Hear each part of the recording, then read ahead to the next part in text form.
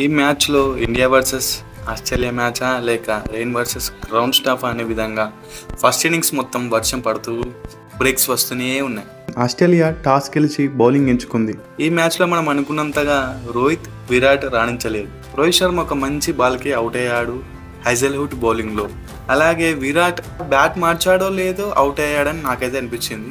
విరాట్ కోహ్లీ కూడా ఒక మంచి క్యాచ్తో అవుట్ అయ్యాడు. వీళ్ళు ఆడినంతసేపు పిచ్లో చాలా బౌలర్స్కి బాగా హెల్ప్ ఉంది. అలాగే గిల్ మాత్రం అన్లక్కీ అని చెప్పవచ్చు. అలాగే సర్ప్రైజ్గా కేఎల్ రాహుల్ బదులుగా అక్షర్ పటేల్ వచ్చాడు. కానీ అక్షర్ పటేల్ మాత్రం చాలా మంచి నాకాడాడు. 35 బంతుల్లో 31 రన్లు కొట్టాడు. మళ్ళీ కొద్దిసేపటికి వర్షం వచ్చింది. అలాగే 49 ఓవర్లకి కుదించాడు. మళ్ళీ కొద్దిసేపటికి ఓవర్స్ తర్వాత మళ్ళీ వర్షం వచ్చింది. ఈసారి చాలాసేపు వర్షం పడింది. ఈసారి మళ్ళీ 35 ఓవర్లకు చేశారు. మ్యాచ్ స్టార్ట్ అయిన వెంటనే 13.2 ఓవర్స్కి శ్రేయస్ అయ్యర్ అవుట్ అయ్యాడు. అప్పటికి స్కోర్ 45-4 అయింది. ఇండియా చాలా ప్రెజర్లో ఉండిపోయింది. మళ్ళీ వర్షం వచ్చింది. ప్లేయర్స్ వచ్చి కొన్ని ఓవర్స్ కేఎల్ రాహుల్, అక్షర్ పటేల్ ఆడారు. కానీ టీమిండియాకు దరిద్రమేమో కానీ మళ్ళీ వర్షం పడింది. ఈసారి చాలా లాంగ్ గ్యాప్తో డిఆర్ఎస్ మెథడ్తో 26 ఓవర్లకు కుదించారు.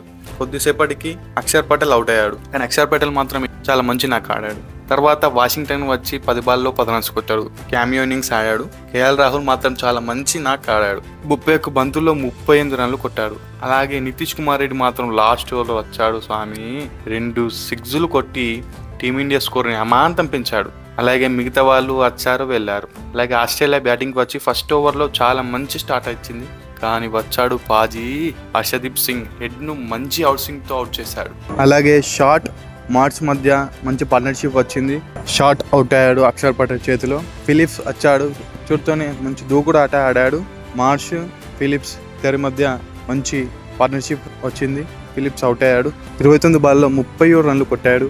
అలాగే రెన్షా వచ్చి 24 బంతులు 21 రన్లు కొట్టాడు. అలాగే మార్చ్, రెన్షా మధ్య మంచి పార్ట్నర్షిప్ వచ్చింది. అలాగే మార్చ్ మాత్రం ఓపెనర్గా వచ్చి 52 బంతుల్లో 46 రన్లు కొట్టి నాట్అవుట్గా నిలిచాడు.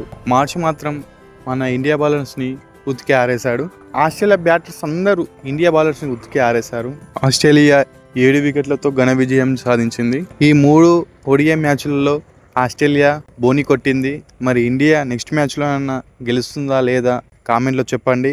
గెలవాలని కోరుకుందాం. ఇలాంటి మరిన్ని విషయాలు తెలుసుకోవాలంటే మా ఛానల్ని సబ్స్క్రైబ్ చేసుకోండి. అలాగే ఈ వీడియోను షేర్ చేయండి, లైక్ చేయండి. Thank you for watching.